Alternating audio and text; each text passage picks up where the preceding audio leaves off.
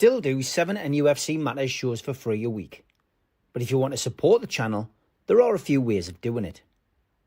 Hit the like button on each live broadcast or video. This helps the channel grow. Hit the subscribe button and select the all notifications options. Hit the thanks button to buy a super sticker. You can do this on the live chat too. You can also join our Patreon page or buy us a coffee at the link in all of our video descriptions below. We are also looking for sponsors. If you want our latest advertising rates and how you can get involved, then email John at nufcmatters1892@gmail.com. Thanks for watching.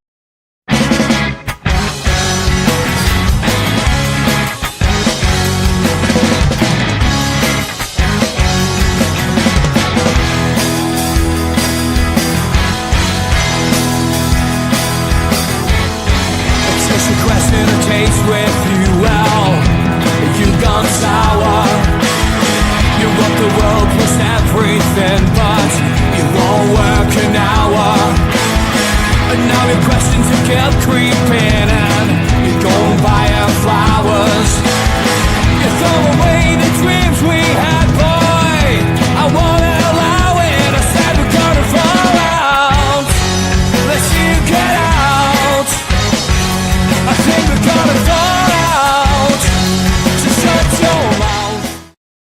Good evening, welcome along to NUFC Matters. It is the professionals on this Sunday night, and just going to start with a little tribute to my old pal, Ricky Hatton. Tragic news this. It's never good when you lose a friend, and I could honestly say that Ricky was a good friend from the days that I met him back in the 90s. He invited me down to go and watch him train before the Costa Zoo fight, and he was just one of those people who was always on the end of the phone when Man City beat Newcastle United. He was that kind of bloke. He was a man's man, but he was also the people's champ, and somebody who in the other sport that I love never ever shirked a challenge. What I loved about Ricky, other than his friendship and his personality, was his ability really to, come back from the brink of almost, impossible to be able to get in the ring and fight, and then turn himself around, drop the weight, and get in and make those championship fights. He never shirked a fight. He fought the likes of Pacquiao and Mayweather when they were at their best. But of course, that wonderful night against Costa Zoo is the one that we all remember. And to be a world champ at two different weight levels, makes him a boxing legend. Obviously, in his later life, he got involved in training. He was delighted to see his son, join him in the boxing ring, and he was part of that successful run to the heavyweight title with Tyson Fury as well. Great at after dinner speaking. Came up to Newcastle, Gateshead, and other places in the northeast over the last 10 years with his agent there, Paul Speak.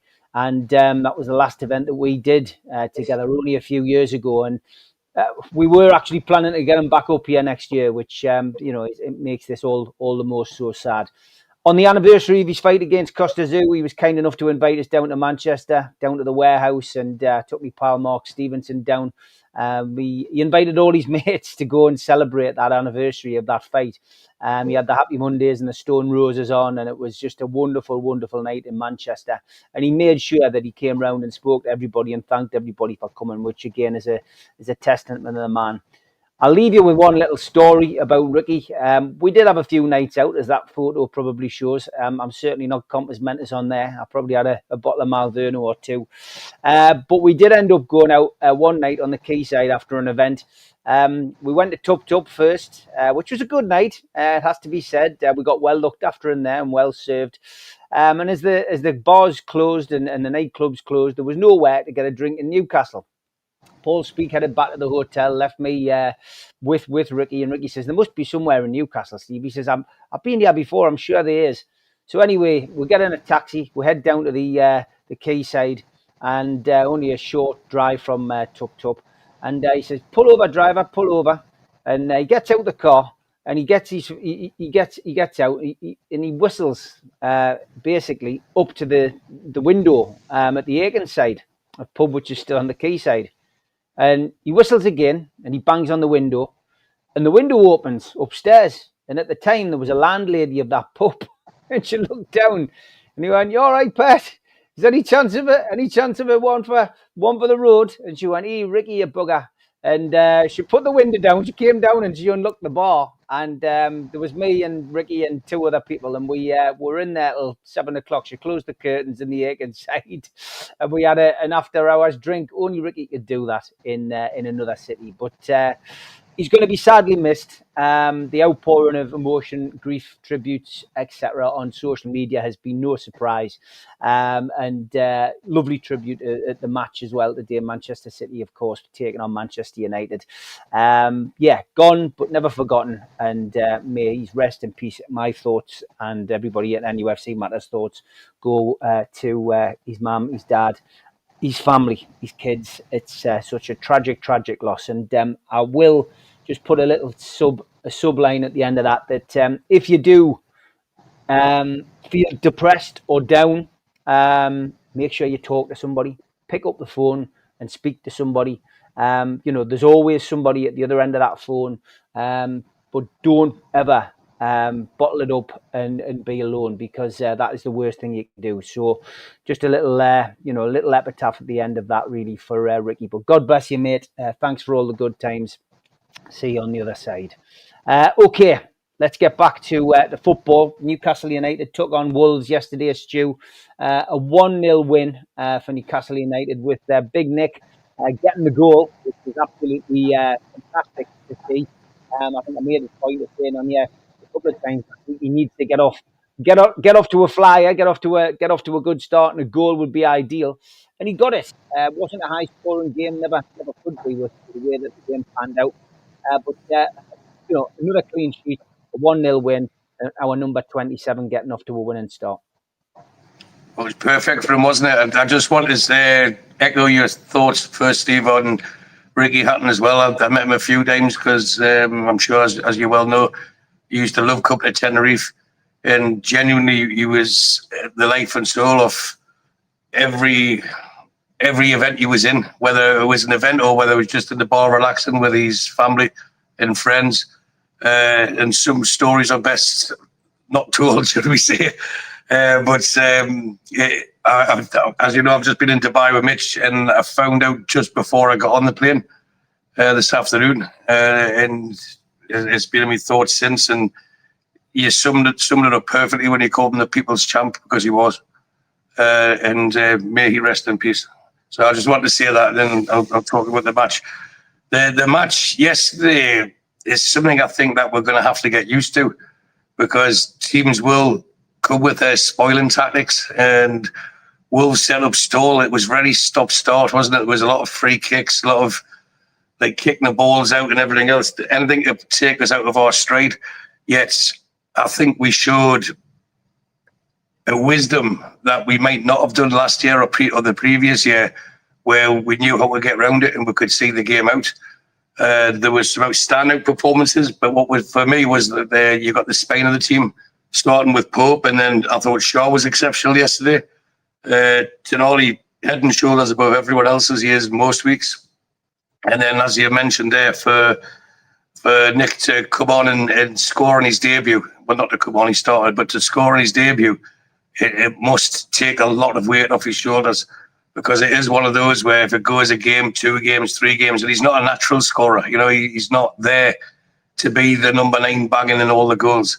But to get that off his, I'd like to say off his shoulders first time out, then we should see more of him. And I think we've seen enough yesterday with his clever touches. He's got a good footballing brain, hasn't he?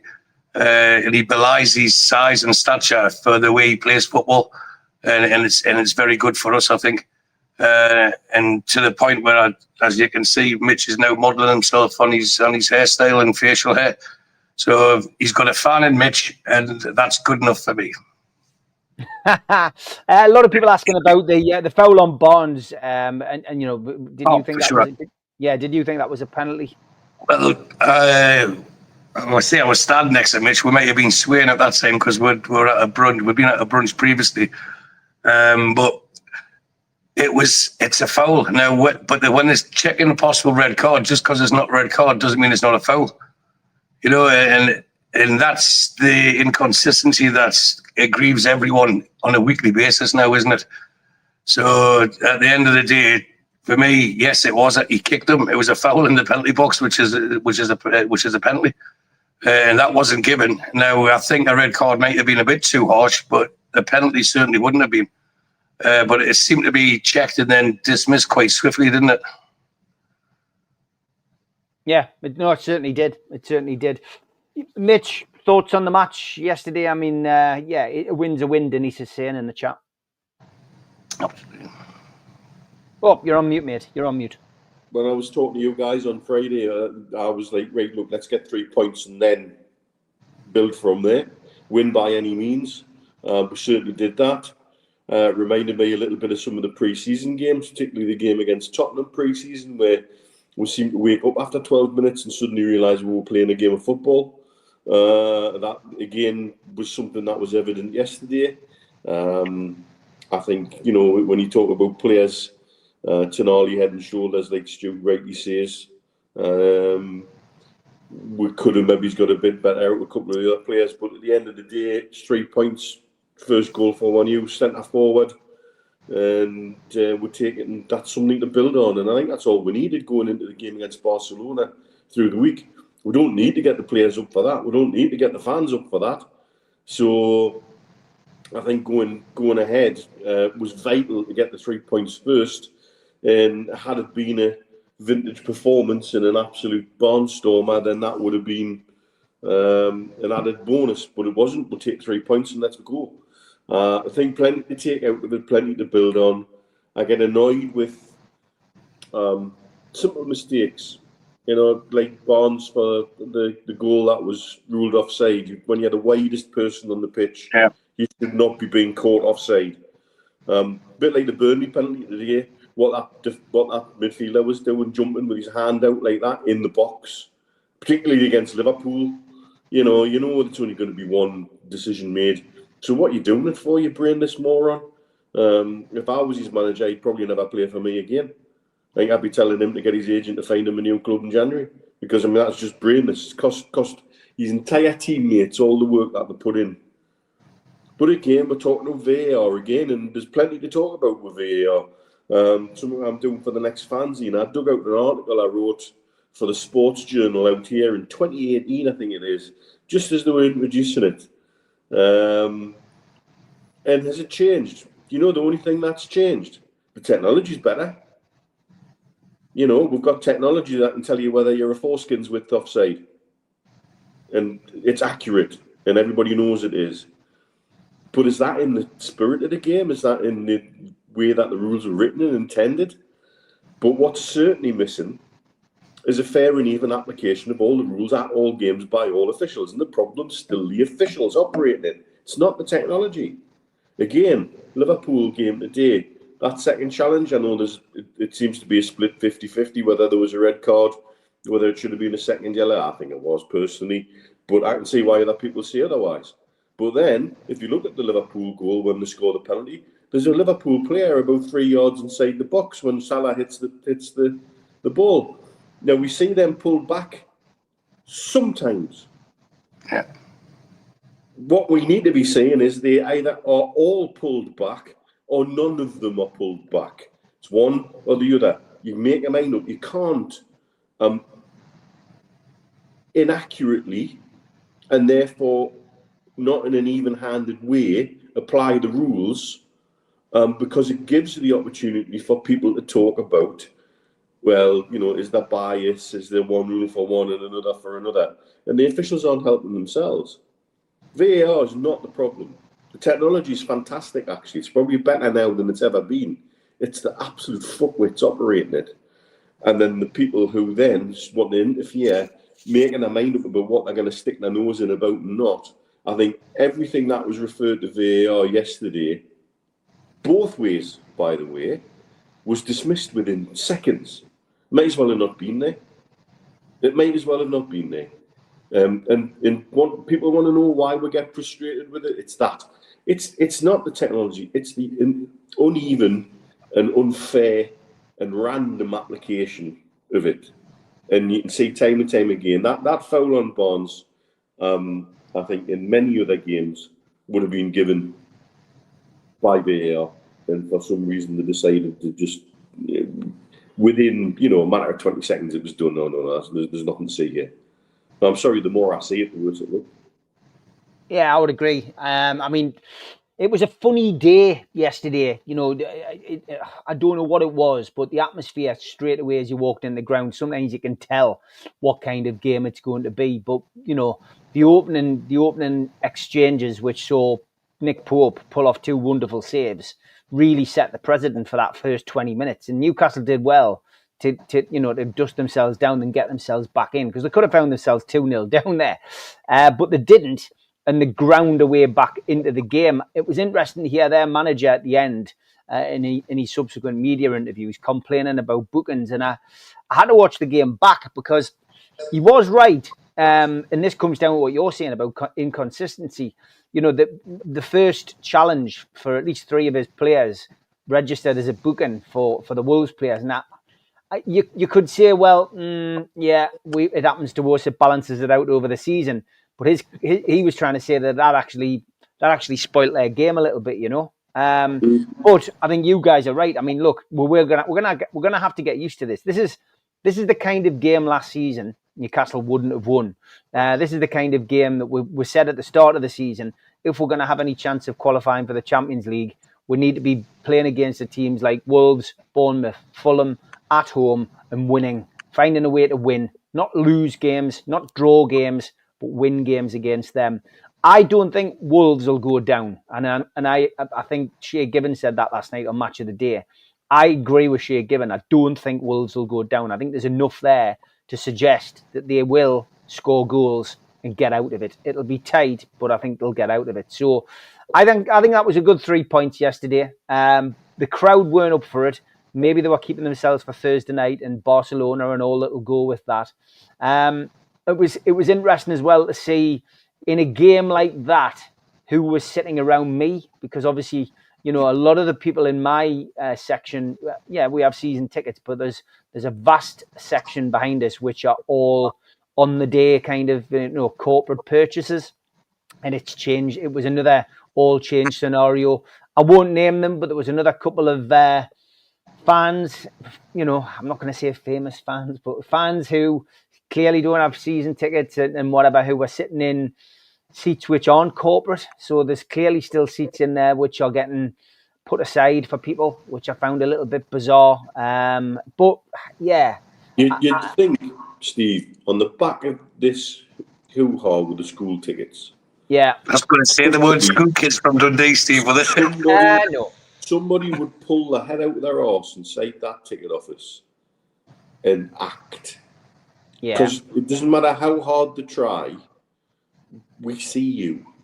Mm-hmm. We all see you. And it's interesting also you say about atmospheres. I think there was an odd atmosphere in UBK here in Dubai yesterday. Right. And I wonder whether we feed off that a little bit and we feed that through the telly. Yeah, I think maybe you do. And I think it was a Wissa hangover.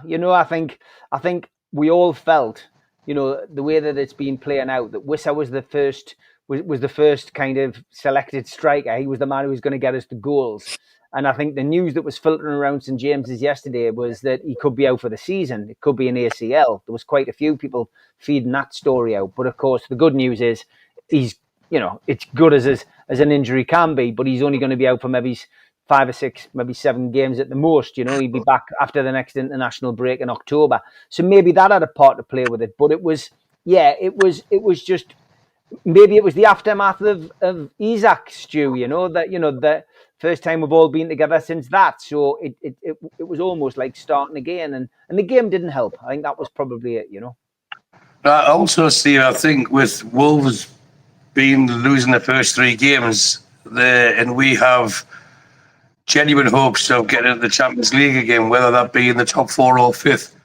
There was probably an air of expectancy where you get there, we'll sit back and it's your job to entertain us. Like you go to the theatre and things. And I still think it was it was a savvy result. I still think the players showed a lot more know-how than what they have previously, and they can't all play well all the time. And had we won 3, 4,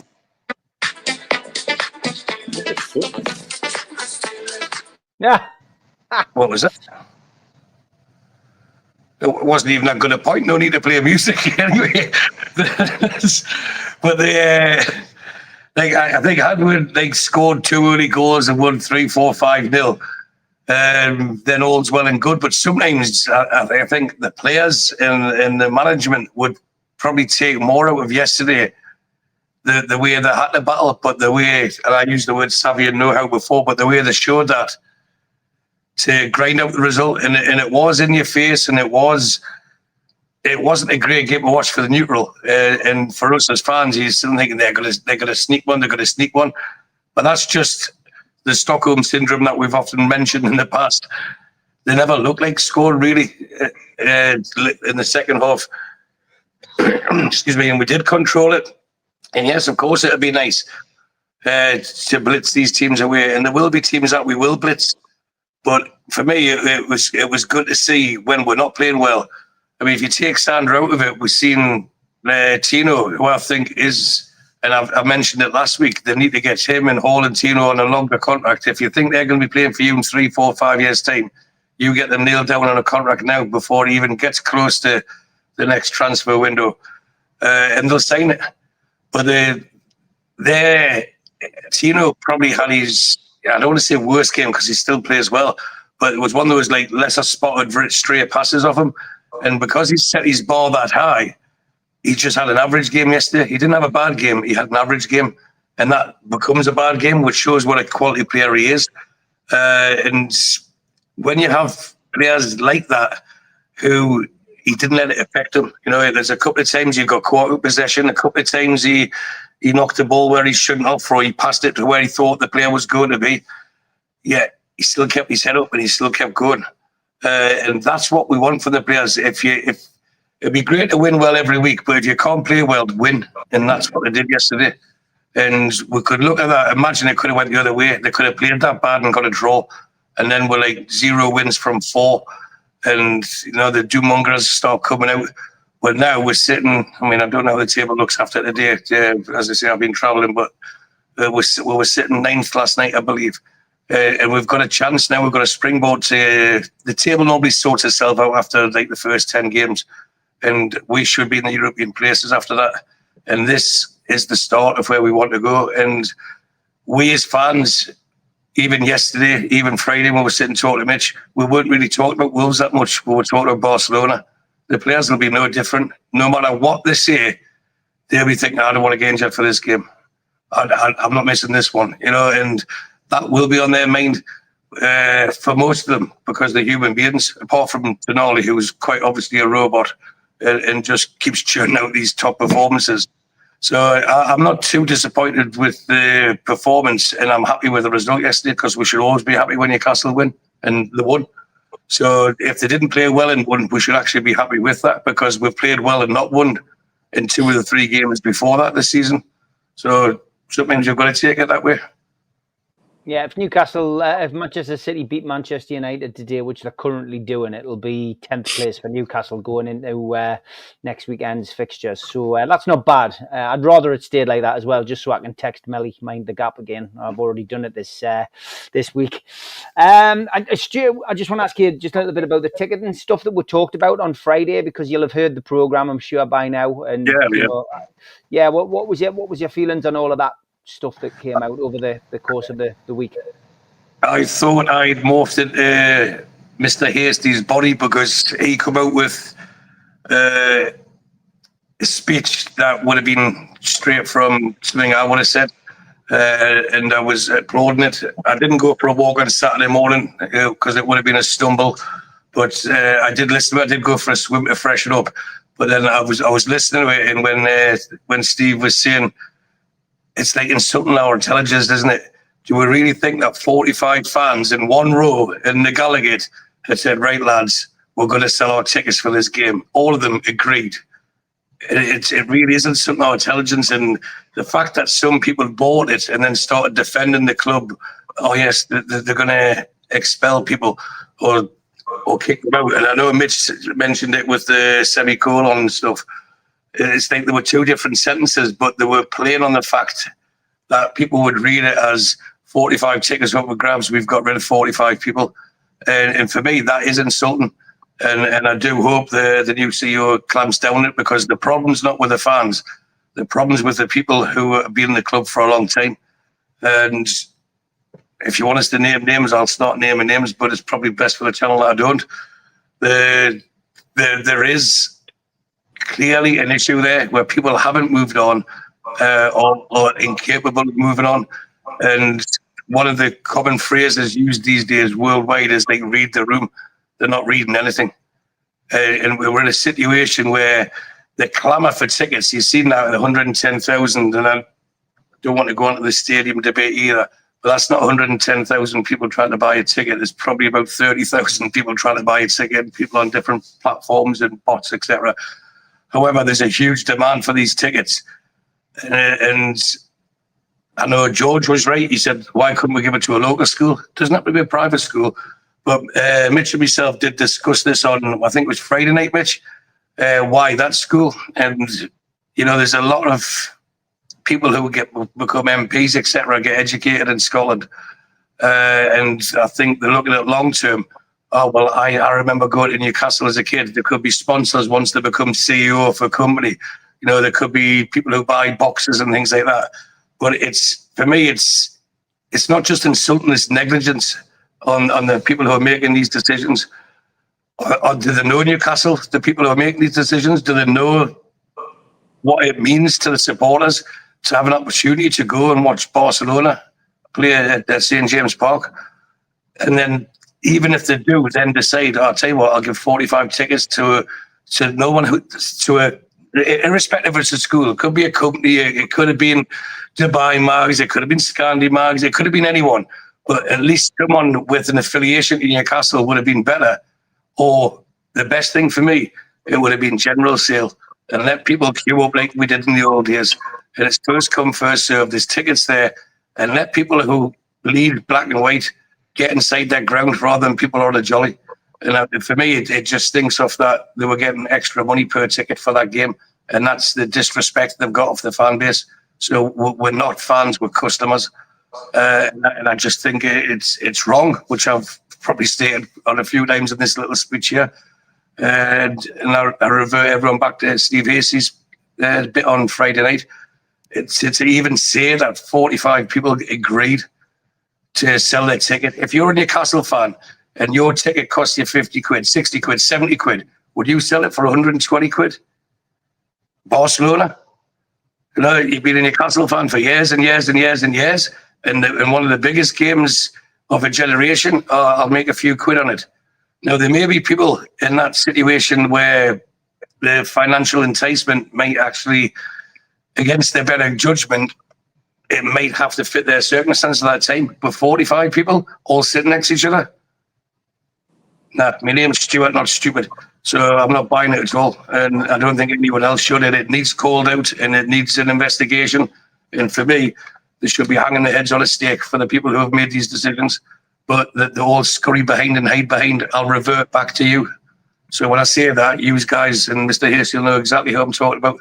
I'll revert back to you. But that's the only answers you get from certain people within the club, which means I can't make a decision because I don't want confrontation or I don't want to give you an answer because I can't give you an answer.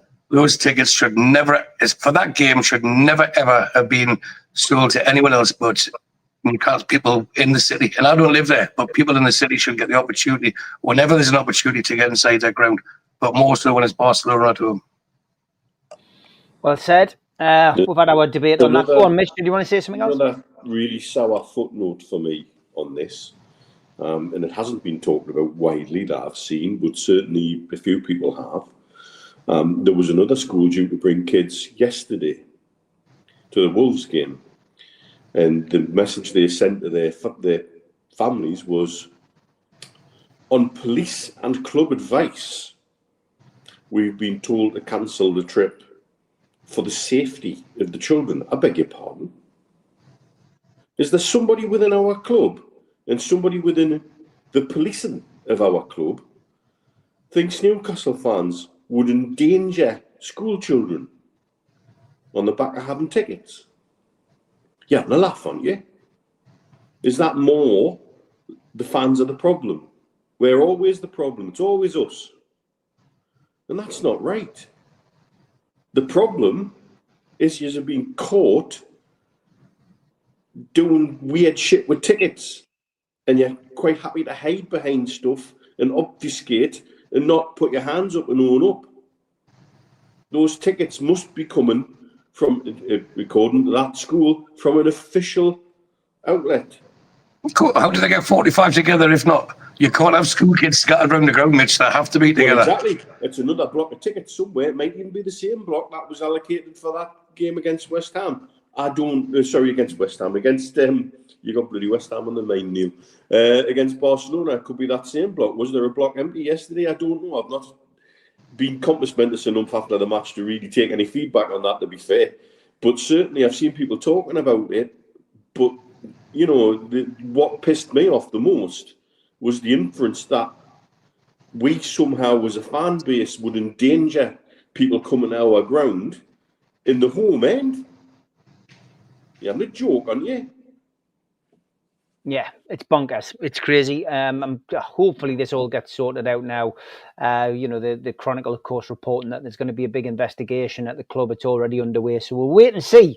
But yeah, good debate on tickets on Friday if you haven't already seen the Amigos. Stephen Howe, good evening, says the Swedish manager deserves a big compliment. If he'd played him twice for 90 minutes, he probably would have got injured. This was Slot talking, which is in stark contrast to Congo with Wissa. So his question is, should the nations be more accountable for the welfare of players? Wissa had no pre-season like Isak. However, he played 2 competitive games in 4 days. Yeah, I mean, it's left us again with this club versus country row, Stu, hasn't it? We had this, of course, quite famously with Michael Owen. We all know Michael Owen's views on Newcastle United, and he didn't really want to be here. But that aside, he got that bad injury on international duty, and that was ultimately what put him out of action for a long time. So, what's your views on this situation, Stu? I don't know. Someone's just rang me doorbell, happened. All right, well, I'll ask you, Mitch, while we'll get that sorted. Right, what's your views? Yeah. In terms of international, look, it's always a concern. It's been a concern for years about what happens with international players and international duty and how well they get looked after. We could point to Brazil. I mean, Bruno did a full 90 minutes at altitude in Bolivia when all the other starters seemed not to for Brazil as well. And suddenly he'd done that with a very short turnaround time and coming back to Newcastle. And of course, being the player he is, he'd come back and he'd do a 90-minute shift in again and would do it again on his hands if he had to. But there's an element of it seems more and more international managers don't take into account the clubs. But then again, as football gets more ruthless and it's purely a results business, if you've got an international manager who's in a bit of bother, he's not going to drop somebody that he sees as crucial for his team. He's not even going to think about the minutes in their legs. It's a shame, but that's the reality. I don't think clubs are well compensated for injuries that happen on international duty. Yes, there's insurances and things like that, but you cannot account for really what price on somebody being missing for a chunk of the season and it creating problems for you. It's always that club versus country conundrum. Whereas you want your players to be doing well and playing for their country because that means they're usually doing well for you as well. It's always one eye on, God, please can you just give them a rest or take them off at a crucial time. Club versus country, Stu, what's your feelings on that? It's affected us again. Well, you'd be pleased to know it wasn't the Bahrain Reds knocking on my door. So I haven't found out where I live yet. So I'm safe for another week. See, it depends on which way you look at it. It's a debate that's going to go on and on and on. But it used to be country would always take priority, and I know FIFA insists that's the case. Yeah, I noticed that Cole Palmer played yesterday when he wasn't fit enough to play for England. So, and I understand that the countries can invoke a clause where they can't play the next game, but then they don't want to, and it comes back down to money, because I know we had a little chat earlier in the week in our group about the Four Nations. Remember the Four Nations Championships, when everyone had, well, not equal chances, but, there wasn't a dominant force like there would be now. It'd be clear that England would win every single season. But playing for your country as a player should be the ultimate honour, and we shouldn't get away from that. But I don't think the manager of Congo is going to give two figs about Eddie Howe or Newcastle supporters. His job's to get the best out of the squad available to him and get the best result he possibly can. And I dare say, without being an expert in Congolese football, that a 70% fit Wissa would be probably better than the next person he could pick. So I can understand why he's playing. I'm not excusing it, because being selfish, you want him to be led back in, but he could have scored 2 or 3 goals in 2 games, got some minutes into his legs, and come back on Saturday and everything was fine. And there wouldn't have been an issue. It's only an issue now he's got injured, but you can get injured in any game. So I'm not saying that the country should take precedence over the club, but FIFA do say that. But first and foremost, we're Newcastle United supporters. Of course, we want the best what's for us. But as I mentioned earlier, it's the ultimate accolade as a player, which none of us are, but as a player, is to represent your country. And if you look even at our squad, you look at with 2 fullbacks, you look at Gordon, you look at Dan Burn, what it means to them to represent England. So we shouldn't say it's any different for someone wanting to represent Congo or Germany or Brazil. It means so much to them as players. And of course, we have fingers crossed when they go away and play for their teams, because it impacts us more often, because they play more games for us than they do for their national teams. But I don't think we should ever say to people, don't go to your national teams, because I know in the past, especially with friendlies in the past, there was the Red Cartel were guilty of that, and the players have discussed that. Whereas I think Eddie Howe's a huge advocate of come to us, play with us, and I'll get you to play for your country. And he's been quite outspoken on the fact that he wants his players to represent the country. And I think Jacob Ramsey suggested something similar in one of his interviews in the last week or so, that he believes he's got a chance of getting the England squad under the tutelage of Eddie Howe.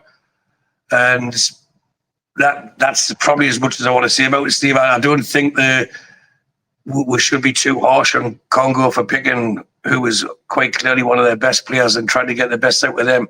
Because if you look at the financial implications it could have of them qualifying for a World Cup or not, it would mean a lot more to them than what it would to us as Newcastle fans. So I've got no issue with him going and playing the games.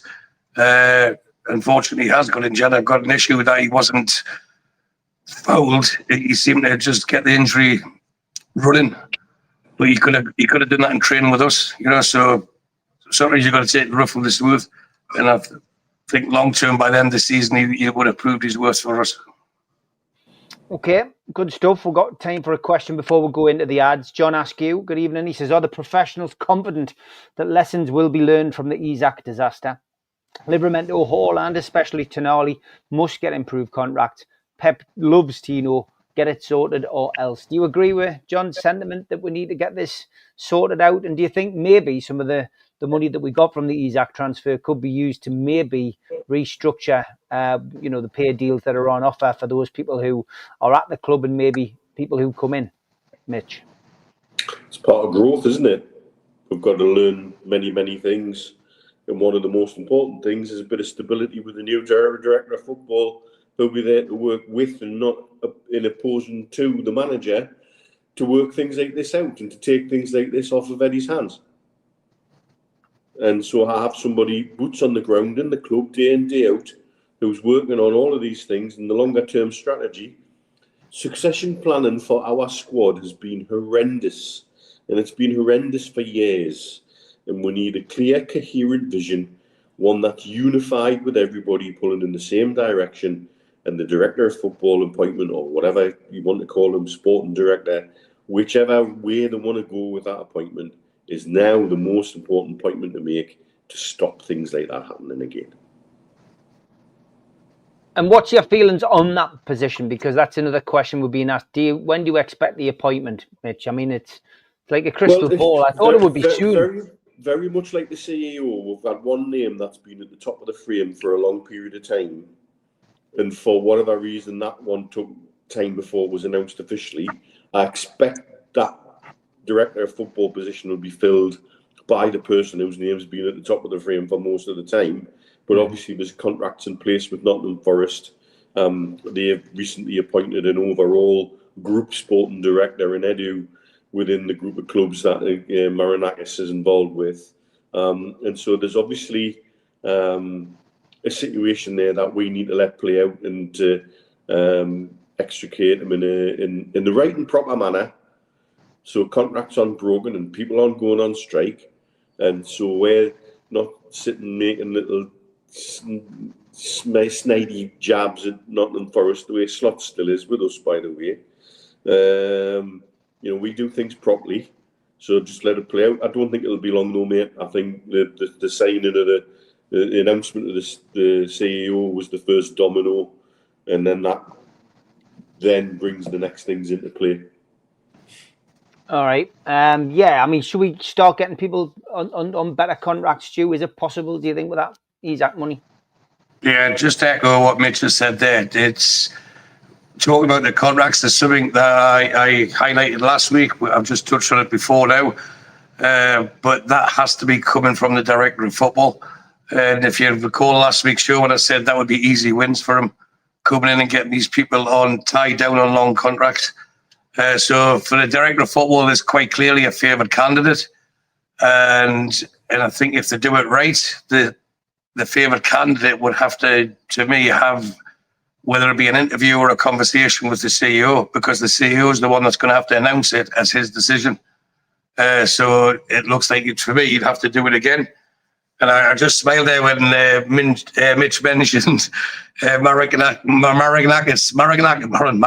and he's easy for me to say, and he's clubs, but it's not Marinakis and his clubs. It's Marinakis and his blind trusts and clubs, because he doesn't own many of them, does he? Apparently, they're all in blind trusts. But there was something that I discussed again at the weekend with my learned friend to the probably left as you're looking at, right as I'm looking at it. And it was the first time in Eddie Howe's press conference on Friday. He mentioned, in fact, he didn't mention, he offered it, that Isak went on strike. And each time he'd been mentioned previously, he'd diverted it. Yes, we love Alex, we'd love him to be part of the team. He has a big thing, but you could see as the days and the press conferences went on, he become more cold towards him. No, I haven't spoken this week. No, I haven't spoken to him since then. So it was Craig Hope that asked the question, and not about did he go on strike. Eddie Howe, if anyone wants to watch it back, he answered the question and he went, and can I say, in addition to that, he went on strike. When he went on strike, so Eddie Howe offered that as if he had to say that, as if that had to get out in the public domain. And for me, that was really, really telling, because we all know Eddie Howe is very protective of players. But for him to mention the word strike, and I thought, as much as I have spoke previously, that I thought there was a pathway back for Isak. I think the final nail in his coffin wasn't the visit of the hierarchy of the club going to his house, although that might have been one of the last ones in. He was never going to change his stance. Of course, he's going to say, "Okay, you've turned up my door. You've had some of my custard creams and rich teas. I'll come and play for you again." It was, for me, it was the reaction of the fans at the away game at Leeds, and Eddie Howe plays every single press conference how important the fans are. And for me, those ones who do the miles week in, week out away from home, they're the fans that I think Eddie Howe refers to and listens to and appreciates and respects more than any other fan, although I'm sure he respects all fans. And I won't repeat the chant, but I'm sure everyone's familiar with it. you can imagine they got back in the dressing room that day and thought, you know what it is, we just need this out of the way now. And I think, my personal opinion, that Eddie Howe would have spoke the hierarchy and says, we don't need this hanging over us now. Get the best you can. He's done. But the fact that he mentioned the strike, that told me he wanted that out so everyone knew. You know, because we've been painted as the baddies, haven't we, by the press. Now, you've got a player, Liverpool, who was on strike, who went on strike, and it's not very, very good. But getting back to your original question, Steve, yes, we know who the favourite candidate is. We know he is at Nottingham Forest. We know he probably wants to, well, we don't know probably, we know he wants to come to Newcastle. And I think once he has his chat with Mr. Hopkinson, I think it could be announced within the next week or so, as quick as that. They need to get back to some sort of familiarity and normalness, if that's such a word, as quickly as possible. And as I touched on before, there's a few easy wins to be made regarding contracts. And I don't think Hall or Livramento want to go anywhere. Tonali, he could go anywhere. There's not a team in the world that he wouldn't improve.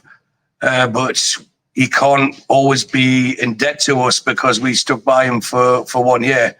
We have to show ambition as well.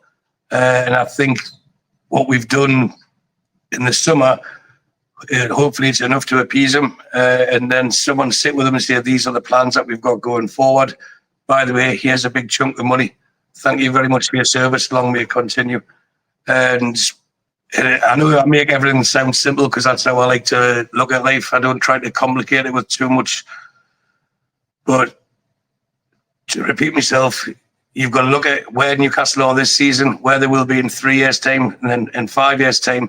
Will Joe Linton be playing for us in 5 years' time? Probably not. He's got his new contract. Will Bruno still be playing for us in 5 years' time? If he had his way, yeah, he'd be part of the squad. But where should Newcastle be in 5 years' time? Tonali should still be pulling the strings in that midfield for us. And that's what we'll have to learn from the Isak thing. Don't take people for granted. Pay them their worth and show them that they're valued. And if we have to put things in clauses and contracts that says they're going for a certain figure, let us dictate what the figure is. And if they're happy with it, they've signed the contract. So that's the way I see it. And sorry for going on a little bit longer, but I wanted to make it clear that it's an easy win for the new director of football when he comes in, if he does it quickly. Yeah. Okay, we are halfway through the show. Time for the ads. A big thanks to all our sponsors, Skips and Bins. You can find them at their website, skipsandbins.com. Contact them at www.skipsandbins.com/contact. Say hello to low-cost waste disposal with pay-as-you-go and contract waste management. A big thanks to Mr. Vicky's Sauces, handmade in Cumbria. You can find them at their website, mrvickies.co.uk, email info@mrvickies.co.uk, or telephone 01768 210 102. Thanks to our fanzine sponsor, United Group Travel. There are no strangers on our tours, just friends you haven't met yet. 2-crew driver and courier, local family company, 3-star plus quality hotels and no interchanges. Hot and cold snacks and drinks available on the coach. All excursions included. Their website, unitedgrouptravel.com. Email beverly.ugtl@gmail.com. Telephone 01670 632 460 or 0791 666 4174. Just £30 per person deposit. Thanks to Media Arts for all the help with the technical side of things.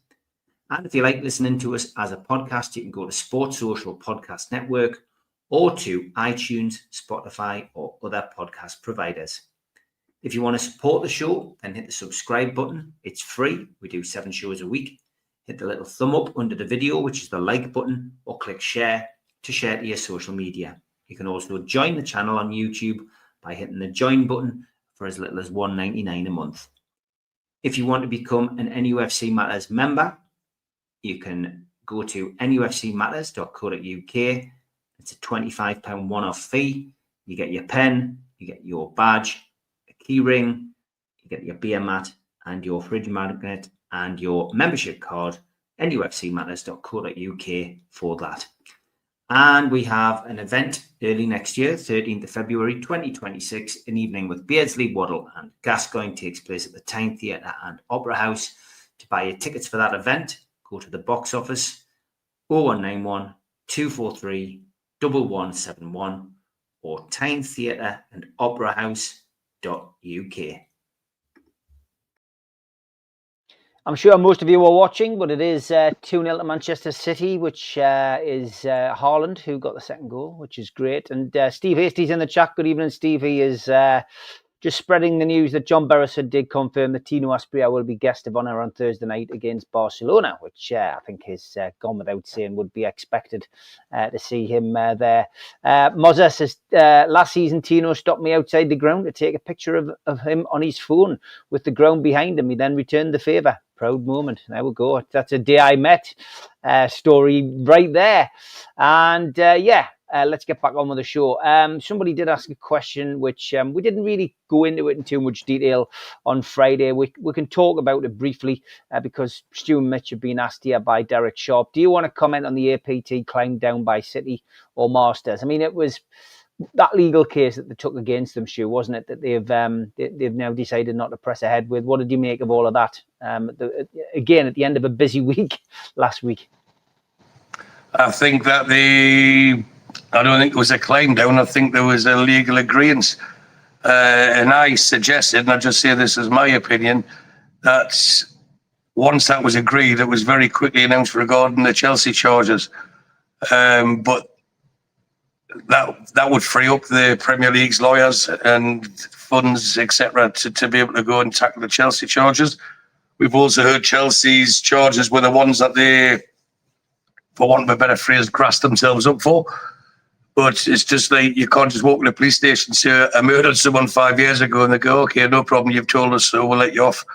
You know, it's the club, it doesn't matter who owns it, the club is responsible. Just like when we were investigated by the HMRC, doesn't matter who was in charge, it's the club that's responsible.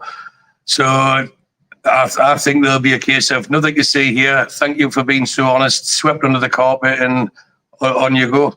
But with Manchester City, I believe, in my opinion, that their sponsorship will be allowed to go through, and there's no reason why it shouldn't, because it was proven to be unlawful. And I know we're going over old ground, but it was proven to be unlawful.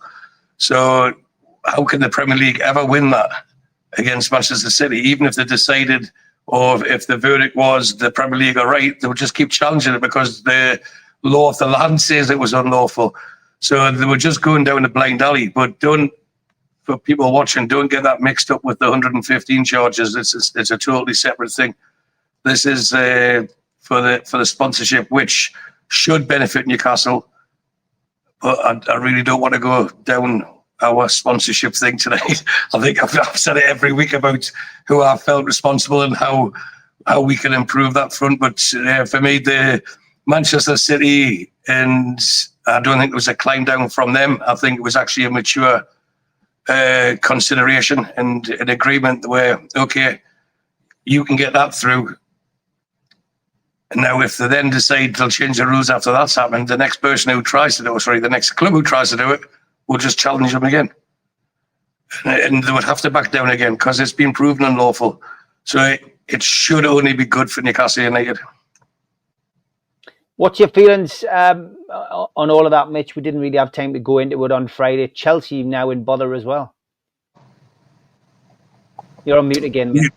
I'll come to that second. The Man City case, the whole essence of the APT, this then stops the progression of the second APT case, where they were wanting to look at things like shareholder loans and really dismantle the entire framework of PSR.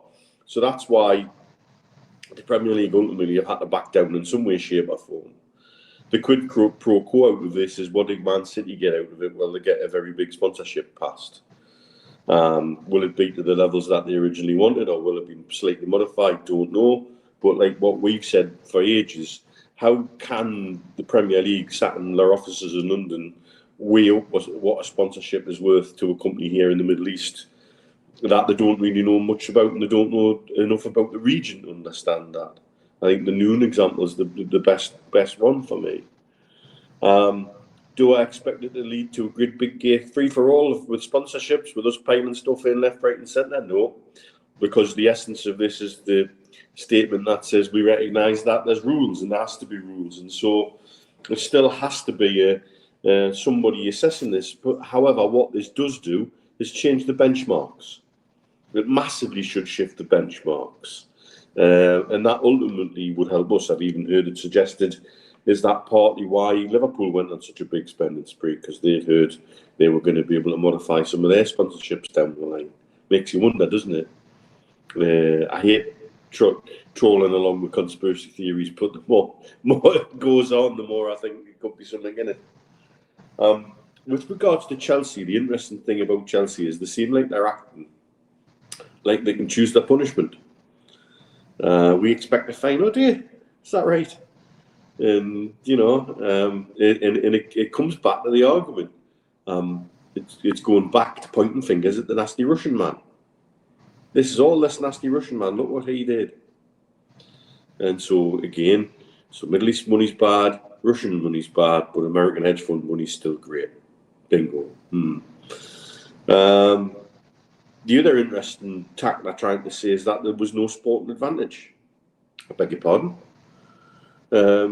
Pretty much one of the things that's come out of this is that Eden Hazard was at Man United's training ground getting ready to sign, and then all of a sudden he was whisked down to London by his agent, who received a payment from a company here in Dubai into another company here in Dubai that was owned by Abramovich. So signing Eden Hazard doesn't give you the sporting advantage, does it not? Get off.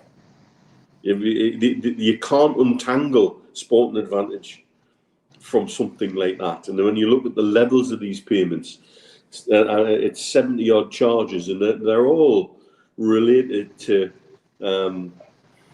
let's call it what they are, bribes. And so it's damning, really. And yes, they're self-reported, but any financial controller with half a brain would have to report it, because that if they didn't report it, it makes them just as bad as the nasty Russian man that they're pointing the fingers at. So it's very interesting to see where they're trying to push this narrative, but it's going to come down to a commission to decide it. And so I think let's see what the commission comes back with. But as again we've seen with commissions, they can be inconsistent. When you compare it to the Forest case, I think did they have 2 points given back for their helpfulness in inverted commas? Whether that was the give bourbon biscuits instead of rich teas or whatever at the meeting, I'm not sure what that was all about. But that they cooperated, and their cooperation was worth 2 points back, and the sixth they wanted to take off them, so it became 4. If that's the numbers right, I can't remember the numbers off the top of my head. So it would see from that basis, any commission looking at it, if they're going to assess it the same way, don't see points deduction as a not an option, and indeed cooperation just gives you a little bit of it back. It doesn't stop it. So I'll be very interested to see where it goes. Yes, that does feel like, and I can understand people saying, "Oh, Chelsea will choose the punishment, and they've already decided it's going to be a fine, and this, that, and the other." I get why you feel that way, because it does feel that way sometimes. I mean, the situation that they've got with FIFA's a farce. This whole signing players to the Blue Co and sending them off to Strasbourg and effectively running past UEFA and the Premier League and sticking 2 fingers up to them as they do. They say, these cost controls that you've got, this is what we're doing right in front of your eyes. There's a little bit of that there from them. But if the commission is going to act and act properly, like they did with Everton, like they did with Nottingham Forest, it should be not just a fiscal punishment, because a fiscal punishment doesn't hurt them. And like Stu rightly says, you cannot walk into a police station here.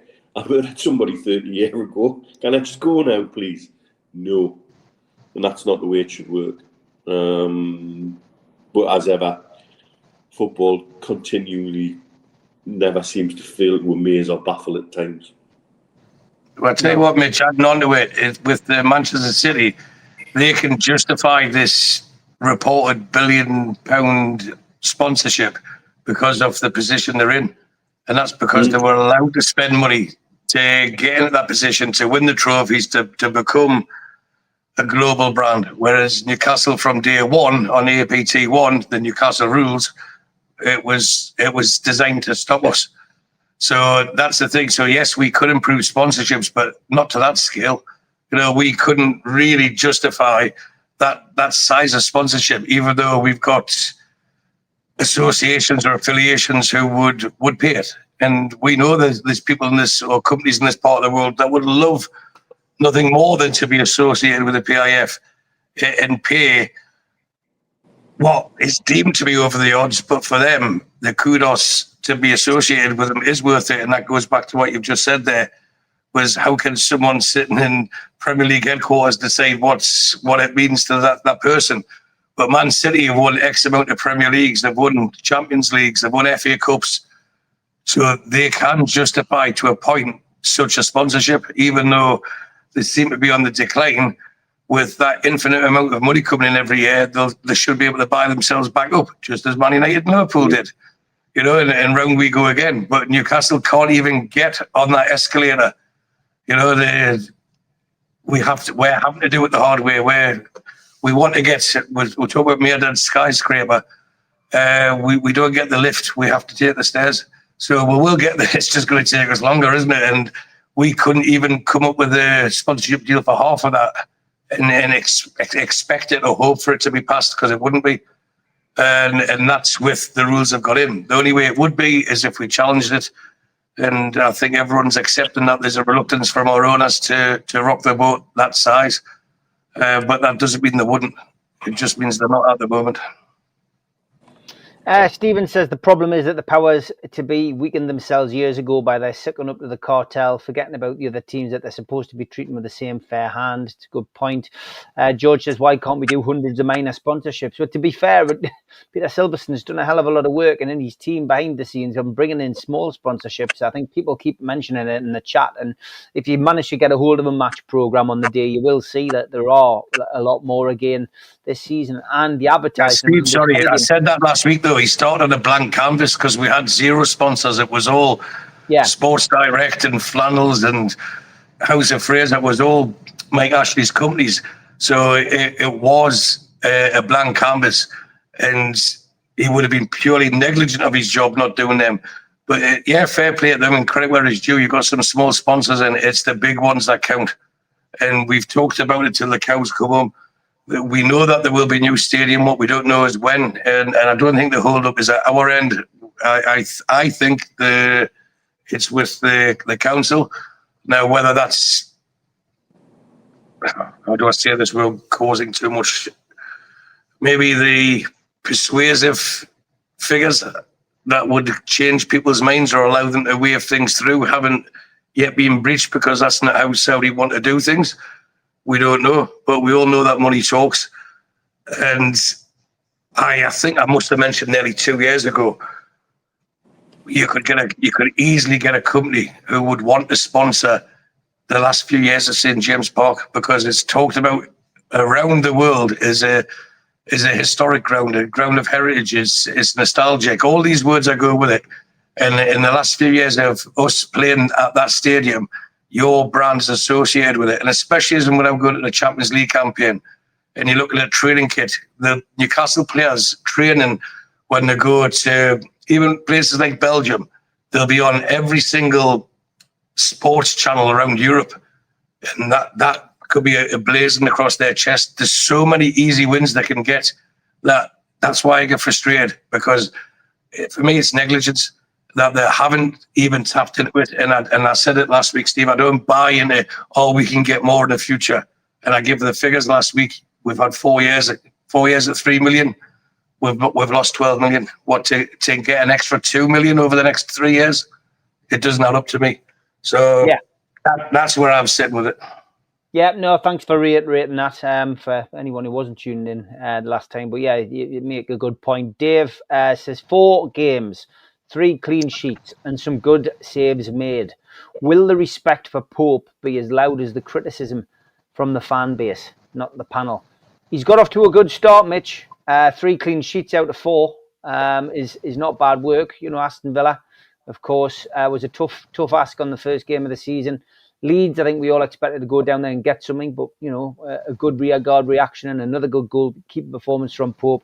And then yesterday, as vital as Nick's goal was yesterday, Pope saves got us the 3 points as well. So he has got off to a good start. Maybe the pressure of Ramsdale behind him, you know, rather than Dubravka or Vlachomidos is helping. For me, yesterday, he looked more confident in his box as well. Yeah. He looked like he had a bit more command and a bit more control and releasing the ball quicker. So I can see improvements. I still personally think once Ramsdale gets in, he'll have trouble getting him back out again. But while he's keeping clean sheets, you can't drop him. It's as simple as that. While clean sheets are being kept and he's performing well, there's absolutely no reason to drop him. I think it's just a case of we do have a better and a clearer picture of what the goalkeeping room is now. And somebody like Ramsdale will certainly keep Pope more on his toes than Dubravka, although Dubravka had a great game for Burnley today, I mean, from what I saw. And Vlachodimos. So, you know, again, it's improving the squad, it's improving the depth, and it's putting competition against each other of the right kind that keeps players honest. Nick Pope, not everyone's favourite. It's got to be said, Stu, but I've got to be honest. I think since he had that opportunity to win the cup with Newcastle last year, I don't think he's really had a bad game. He's become the goalkeeper that I expected him to be. So I'm quite pleased to see him, you know, grow in confidence. And kicking's been better, I do think. That negativity that he showed in the box and his reluctance to come for crosses has stopped. And even that, looking at his dodgy side, he won't go down to one side, but he, you know, because of the injury, even that's been solved, I think. So I think he's done well. What about you? I reckon on all the shows I've done on this podcast, Steve, I don't think I've ever criticised Nick Pope for his goalkeeping. I think it's been highlighted that he's kicking and isn't the best. But for me, I think he's in one of the top 3 shot stoppers in the league. But I just, maybe it's a generational thing. I think sometimes there's a need for a scapegoat. And if we go over the years, your Mark Stimpsons, your Paul Sweeneys, your Kevin Dillons, Kevin Scotts, Warren Barnes, Sean Longstaffs, there's always someone who has to take the ire off the fans, or supposed, like, you know, the boo boys, because I reckon it's a social media thing. If you see him behind the scenes, he's confident. If you hear how his teammates speak about him, it's always in glowing terms. And if you're a player with ambition and you've got a dodgy keeper, you wouldn't start like defending him or saying how good he is. And I honestly think he's a great goalkeeper. That doesn't mean he won't be replaced. I still think by the end of the season that Ramsdale will be our keeper. But it's Pope's position to lose. And it's up to him to make sure he keeps it. And if you look at, 3 clean sheets out of 4, could he be blamed for any of the Liverpool goals? I don't think so. Could his goal kicking improve? Yeah, it could. But I think sometimes he's underrated, and that's probably because his name's Nick Pope and not Nick Popio, and we didn't sign him for 50 million quid. So I'm more than happy with Pope between the sticks, but I do think he will be replaced. But that's only if Ramsdale proves to be better. And if not, then has it given him the kick up the backside? Has it given him a motivation where, hang on, I'm not going to be number 1 choice automatically here. I have to raise my game. And if that's what's happened, then so be it. That's better for us as fans. And keep him in goal. And he will make a mistake, because all players make mistakes, and we know goalkeepers get highlighted more. But I think some of us are wanting him to make a mistake, just to say, I told you so, and then let's get this other guy in, and then he makes a mistake, and then, you know what I mean? It's our job as supporters, strange enough, it's in the title, support. And if anyhow thinks Nick Pope's our number one goalkeeper, then that's more than enough for me. And I think he's proven it so far this season. Okay, good stuff. And Barry comes in with a question. He says, guys, do we need a decent striking coach? Should Graham Jones be the person? He hasn't exactly got an amazing track record. I'm not sure what you mean about that. Graham Jones is a really good coach. I've never known him as a striking coach. I think where you're probably picking that up from, Barry, is Supermac on Thursday pointing out that, or was it Gibbo who pointed out that Graham Jones's position when he was a professional footballer was as a striker. So maybe that's where you're getting that from. But I mean, taking Graham Jones out of that equation, Mitch, a striking coach, a Supermac, an Alan Shearer, somebody who's been there at the highest level and done the business, is that something that could be beneficial at Newcastle? We've got a set piece coach. I think increasingly you're getting more and more specialised coaches in the game. We literally have somebody we could get involved with in terms of not just because of who he is and what his abilities were, but because of how he feels about the club. Yeah, that would be I'm sure, a very easy conversation to have. I don't know how the duties are divided up at the moment within the coaching staff. One thing that's quite obvious is that, you know, what's to me is holding the Sula back is his runs aren't clever enough when he's leading the line. He's got all the will and all the enthusiasm, you know, and all the desire of a Cocker Spaniel, but sometimes seems to have the brain of a Cocker Spaniel as well, you know, and so is that a striking coach? Is that just a general coach to get hold of him to make him better as a player and give him more football intelligence? Don't know. But as we slip into an ever more specialised era, it wouldn't surprise us to look at something like that. But I'm sure Eddie's got an idea of how he wants that divided up and who he wants doing those different jobs. Striker coach, Stu? I've never heard anyone in the world of football criticise Graham Jones, whether that be for Newcastle, whether that be at Bournemouth, whether that be for England. He's held in really high esteem, mainly by the players, to be fair. If you remember that time when West Ham, Declan Rice, and he was on the pitch with them, and everyone thought he was tapping them up and everything else, and it got mixed up that the thought was Eddie Howe. It was Graham Jones. Declan Rice waxes lyrical about him.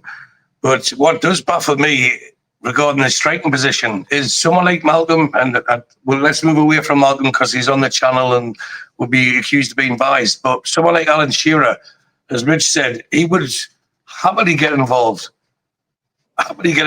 with certain players. But how could Shearer teach Isak to do things when Isak is or was and probably still is an enigma? Shearer's a natural, and sometimes when you're a natural, you can't teach these things, you know. And we can go down the road of Peter Beardsley. Maybe someone like him, he could have been teaching these people how to make the runs, how to time the runs.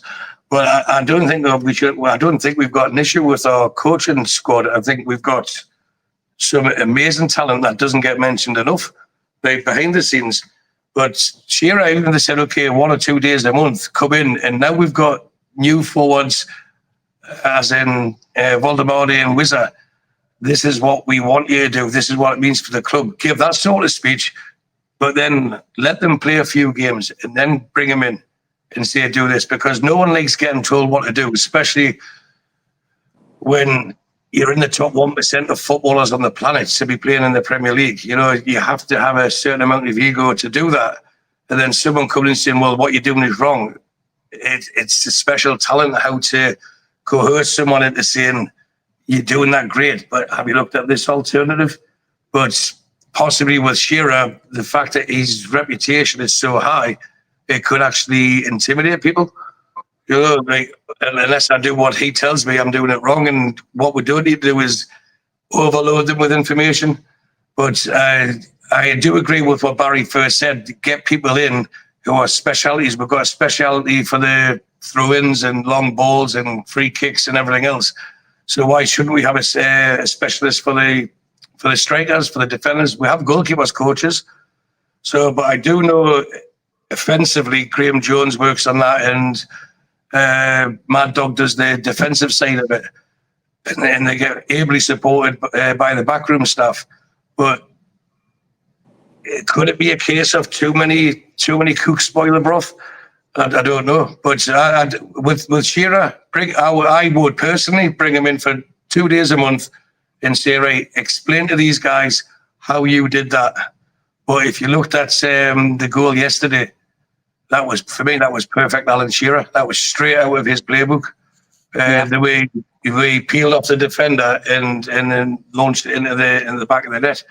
So sometimes I've often referred to it as like golf.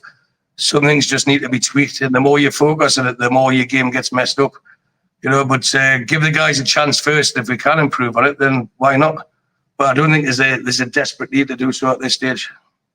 Yeah, we scored 45 goals or something last season, didn't we? So we're not short of scoring goals. Yeah, set pieces that we needed to improve, and we've made that really, an important focus this year, which is good. So practice makes perfect. It'll take time, but I'm sure we will see more goals from set pieces, especially with the big lads involved. Yeah, I mean, Muzza shared that, and Alan shared that with me when they had that flight in October with the mystery man. It was Graham Jones, of course, and he did imply to them that there was a problem with Isak at the time. But as you see on this channel, when we get a little bit of information like that, we don't always share it. But we knew way back last year that there was an issue, thanks to Muzza and Alan for sharing that with us at the time. John says, we seem okay defensively, but do we need to find a way of creating chances? It's not easy, but if we don't attack with a bit more purpose, it could hold us back. I think I was trying to make this point, Mitch, on Friday, wasn't it? Newcastle need to shoot more, and somebody's just made the point in the chat about Murphy. He had two screamers yesterday. They didn't go in, but he's trying. He tried to test the keeper down at Leeds as well. There's definitely a shoot on sight, from Murphy. I still think we need that a bit more. We saw one from Tonali yesterday, of course. He stopped, checked, could have put it one side and then cleverly trickled it towards the other side. The keeper was rooted to the spot. That would have been a great goal, but it obviously hit the upright. Look, I thought there was a bit more yesterday, but we do need to create more chances. Barnes is certainly not. Barnes used to do that more often as well, and that seems to have disappeared from his game. And I don't wonder whether somebody's coaching by statistics again, this bloody XG shit, which really, I think trains certain things out of players, trains the creativity out of some, trains the maverick nature that now I'm going to have a pop here, because you don't create anything unless you warm the bloody keeper's hands. And I'm quite happy for Murphy to do it, because every now and again one does fly in. And when Barnes decides to put his laces through it, often that ends up in the back of the bloody net. And that seems to have gone a little bit. And I don't wonder whether that's too much training by numbers.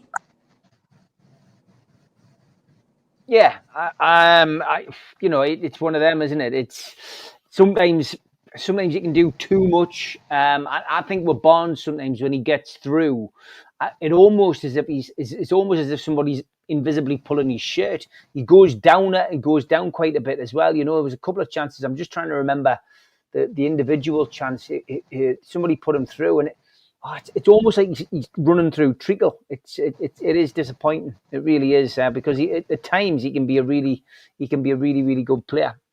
Let's look ahead in the last 10 minutes to Barcelona, Stu, with you, because you won't be on till next weekend. So Barcelona at home, Champions League, and all that brings.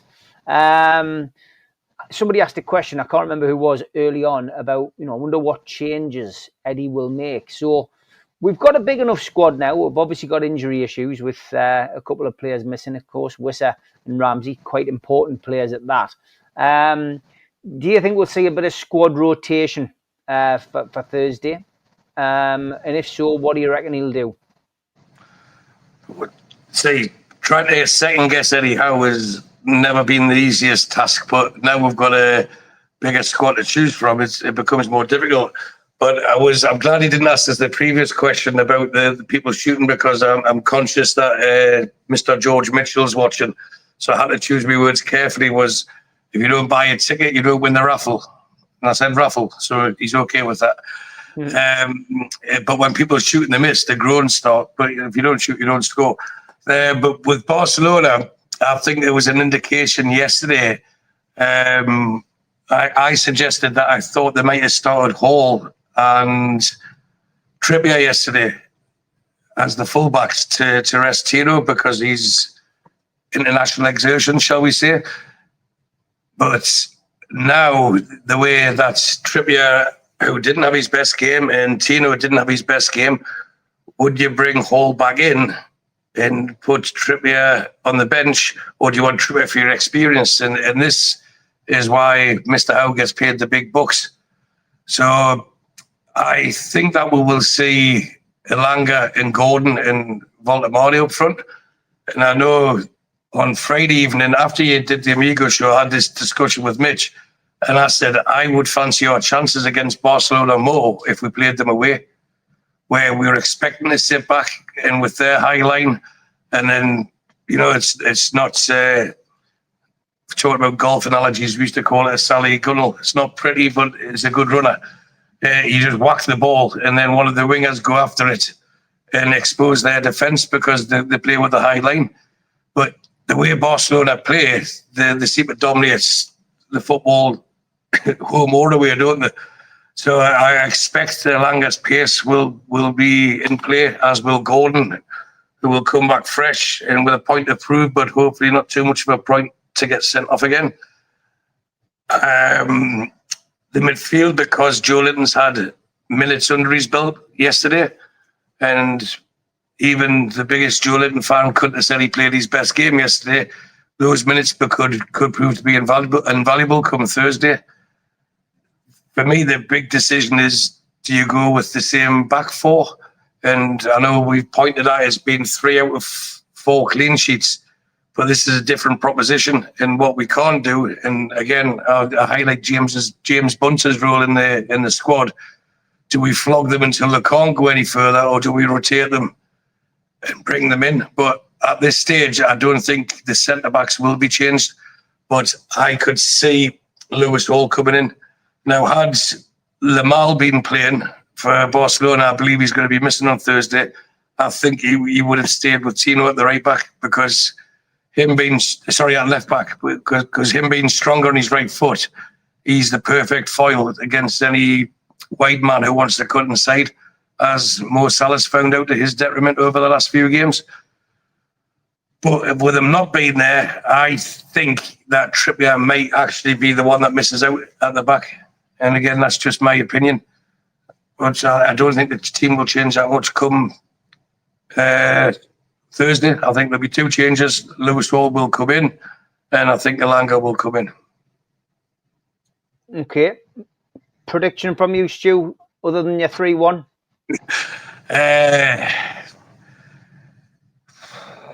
Do you know what? It could be 4-0 either way, couldn't it? In every scoreline in between. But I believe that with the anticipation for this Barcelona, the fact that we're back in the Champions League, could it be another Barcelona 97? Could it be another PSG? Are we capable of beating them? Yeah, we are. But at the same time, they are also capable of destroying any team. So I think the fans have got a bigger role to play in it than what we possibly believe at this stage. Make it that cauldron, make them feel intimidated. And I think that we could sneak a win where we stuff it. 3-1, still 3-1. We'll give them a goal.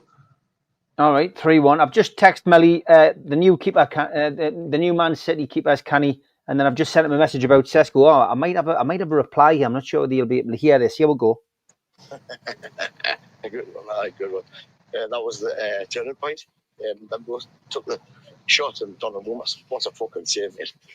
That was it. But other than that, like, it wasn't a 3-0 game. Same old story, wasn't it? You didn't put the ball in the back of the net, you didn't win games. Simple as that. You've got a striker who's can score. Fuck me. He doesn't sound very happy, does he? I'm sure I'm glad he did. He said, yeah, well, I just said Sesko looks canny. Anyway, brilliant. I'll tell him I've broadcast that on the show. He'd be over the moon. What do you think then, Mitch? Barcelona, huge game. Tino guest of honour. You know, I hate the phrase, as you know, but under the lights. You know, Newcastle making this into a cauldron. I'm sure Newcastle fans make it into a cauldron. War Flags, I'm sure, will have something very special up their sleeves. So, yeah, how do you see it going? What do you reckon on the team selection? I could see Alanga coming in. I could see Hall coming in. And I could see Gordon coming in as well. Yeah. I could see those changes. Lamar's probably going to be missing because he's got a sore cock or something like that. Sorry, I missed Gordon now. I did say it, but I missed it when I said the 2 changes. That'll be the 3. Sorry. I find it very odd that they've very deliberately listed his injury as an injury in the pubic area. It's fantastic. Could only rate it. 28 years in a day on, is it? Since 1 day, yeah. If stories were meant to be written and all that, we've got now to lose. It's the freest of free hits. And just like the night we bloodied PSG on the nose, let's do these ones. And the beauty is, there's not really, because of this new group format, a chance for a referee to take something away for us later on. It's still all in my own hands, no matter what happens on Thursday night. So let's go and enjoy it as a fan base, as players, and focus on what we know is possible. This is all we've ever asked for, is to sit at the top table and go toe-to-toe with them and enjoy it.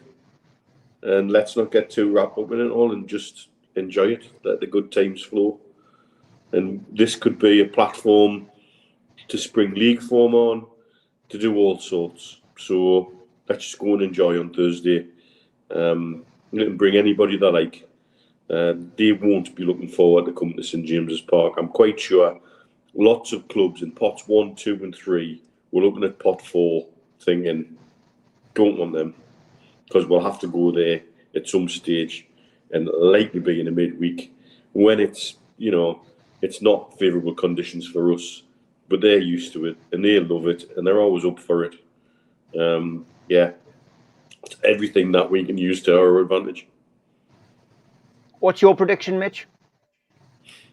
2-1 to us. 2-1 to us. Okay, great stuff. Great show as always. 950 of you watching. Those of you who are watching on Twitter, please jump onto YouTube, search NUFC Matters, hit the subscribe button. We do 7 shows a week.